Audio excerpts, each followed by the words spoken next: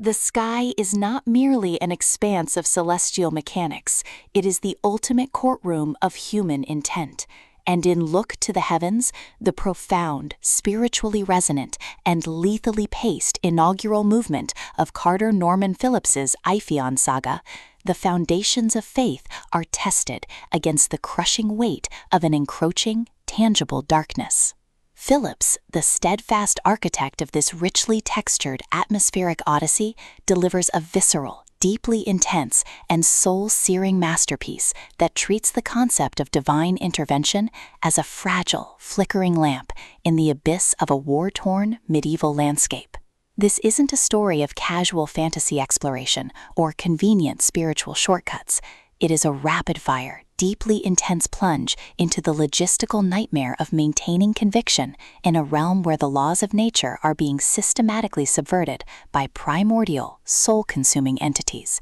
The perilous collision between a protagonist's mortal fragility and the cold, terrifying majesty of a reality that demands a total, uncompromising devotion. And the terrifying truth that when you look to the heavens, you don't just see light, you see the vast, terrifying scope of the battle for your own soul. Phillips hooks the audience instantly by constructing a high-stakes, hyper-focused trap. A humble, seeker protagonist, hardened by the systematic collapse of their societal order, finds themselves thrust into a crucible where memory, loyalty, and their own spiritual integrity are being systematically incinerated by the proximity of a god-tier, darkness-aligned catalyst. The narrative center zeroes in on the protagonist's methodical, high-pressure descent into the ascension, a state of heightened, prayer-fueled integration with the spiritual essence that acts as both a death sentence for their past self and the only viable conduit for surviving the encroaching, divine-level annihilation. As they traverse the shattered, mud-scarred ruins of the old kingdoms and the dangerously unpredictable, shadow-drenched wastes of the frontier, they realize that their evolution is not merely a moral necessity, it is a systemic catalyst that is drawing out the void walkers, entities that view the looking of the believer as an inefficiency to be purged from the world.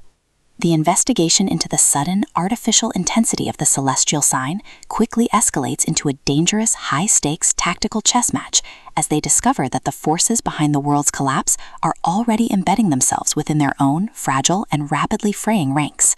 Forced to juggle the logistical nightmare of maintaining a coherent, trusting fellowship, the constant, suffocating threat of temporal erasure, and the mounting, undeniable tension between their own emerging spiritual nature and their dwindling mortal impulses, they must synthesize a new way of existing, one built on profound, elemental vulnerability, radical, improvised devotion to the light, and an unyielding, purely human refusal to be overwritten by the crystalline, infinite void. Phillips's writing style is unapologetically atmospheric, exceptionally fast-paced, and saturated with an intense, authentic blend of medieval theological technicality, cinematic dread, and high-stakes elemental fantasy.